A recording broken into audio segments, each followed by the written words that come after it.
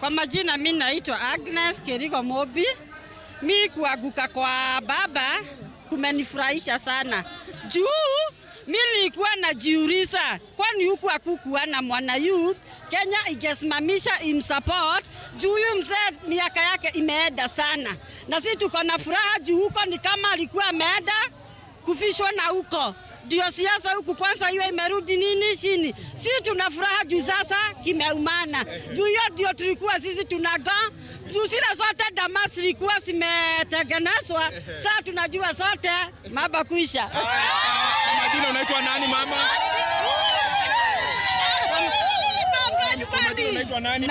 Kwa majina naitwa Wanjiro wa Geshero. Na mimi ni mama mboga hapa soko ya Karatina.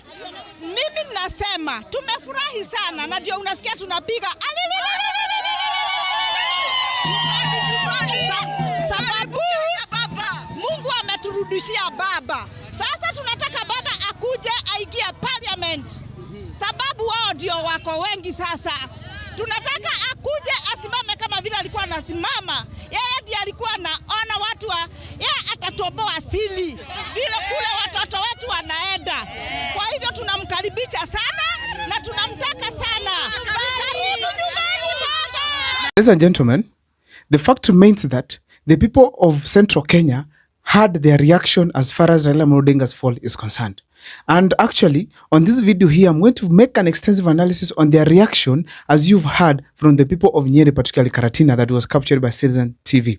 Now, but before I take you through, if this is the first time you're watching our videos right here on Cyprian TV, kindly make sure that you subscribe, like, and comment, because that's the best support you can let's give this channel.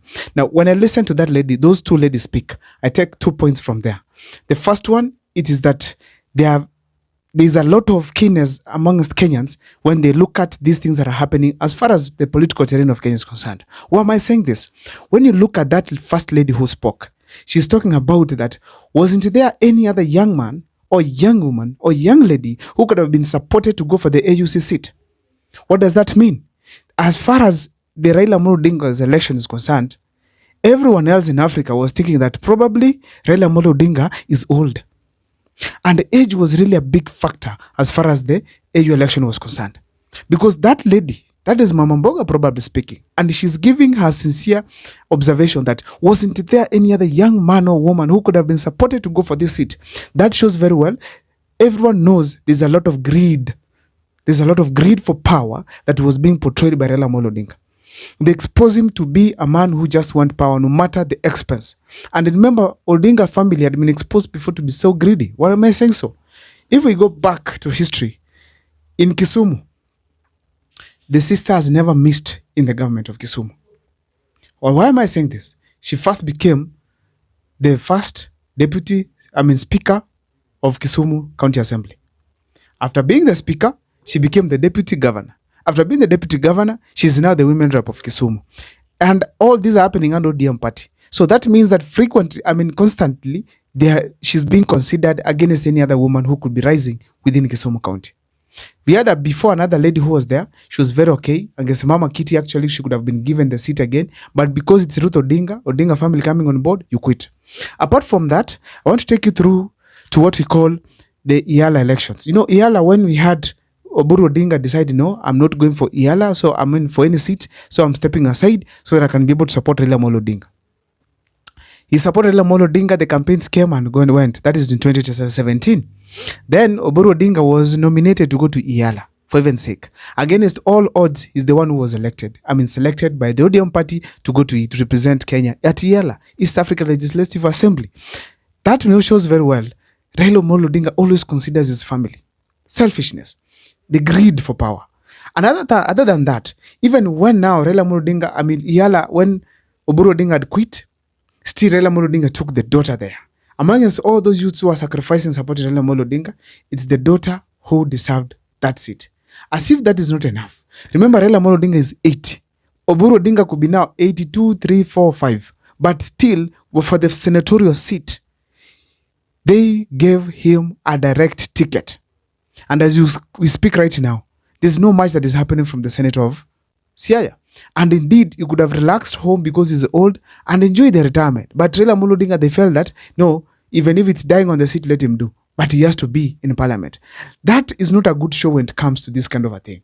Now, Raila Odinga, after seeing the opportunity again for AUC, he also fronts himself, despite, regardless of the age.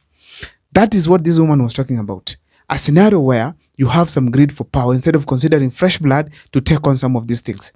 We also remember that in 2022, there were allegations that Raila Amolo Odinga, actually that was from Jiramakyon, Raila Amolo Odinga was supposed to leave for Matiang'i, but because of the same greed, they put Matiang'i aside. And what happened? The spirits of Matiang'i and Uhuru Kenyatta campaigning for Raila went down. The second thing that happens is this: Raila lost an election. That was very clear. So the fact remains as we speak today that greed is one of the things that brought down Raila Amolo Odinga. Now, the second woman spoke on that clip that you saw. And there's one thing that I realized. They are expecting Raila Amolo Odinga to come back to Kenya and revive the opposition. That is the point I learned from that woman. Why is this important? I feel strongly that Kenyans know the problem that is in Kenya right now was caused by Raila Amolo Odinga, by his team joining government, in the name of being given the AUC seat. So coming back to this country again, probably after learning all this, that the AUC is not just a walk in the park, Raila Amolo Odinga should now change their allegiance to William Ruto and start doing the normal opposition that should be happening in the country. But now Raila Amolo Odinga, probably the way he is, I'm very sure that is not going to happen. But the lady was very categorical. Come back and now join us to make William Ruto wake up, or probably even go home. But the fact remains that Raila Amolo Odinga, he is not going to do that. One thing we know, that Raila Amolo Odinga sticks to his plan to the end. He never betrays that easy. He never betrays people that easily. So that means that he's going to stick with William Ruto until 2027. But there are so many demands that are going to be made there. And these demands, I want to highlight them here today.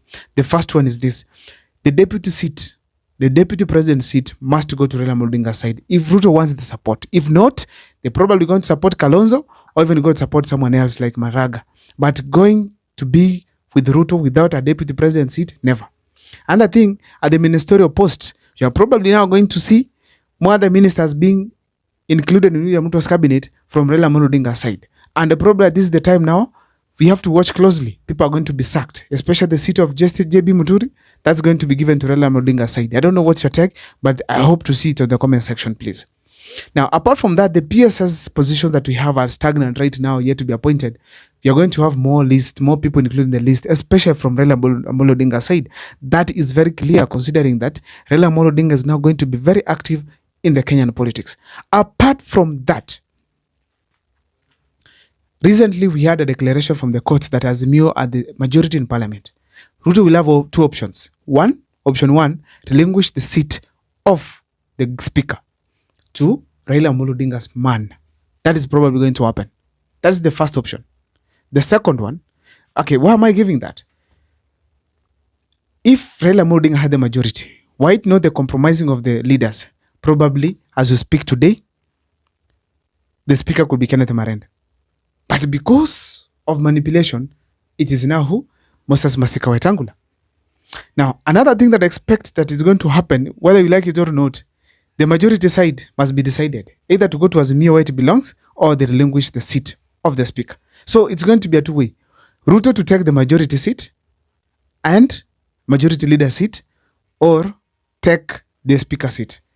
Yes, those two options. But if they don't, probably it's going to be chaotic. And that is how it's going to form another phase of serious opposition in the country. I don't know what is your take as far as this is concerned, but I feel strongly that politics of Kenya has changed going forward. We're going to see terrible things happening, and probably some of them egocentric based, in that they are going to be done from a self-centered position, in that people want to benefit right, left, and center. Junet Mohammed had categorically said it, that let us finish from AUC on Saturday.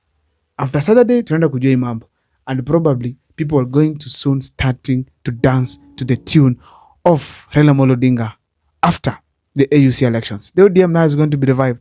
The ODM party leader is back. People are going to go back to their positions, and eventually it's going to be easier. My name is Abel Mokwa. I don't know what's your take. Please let me see in the comment section on what you think as far as Raila Amolo Odinga's demands are concerned.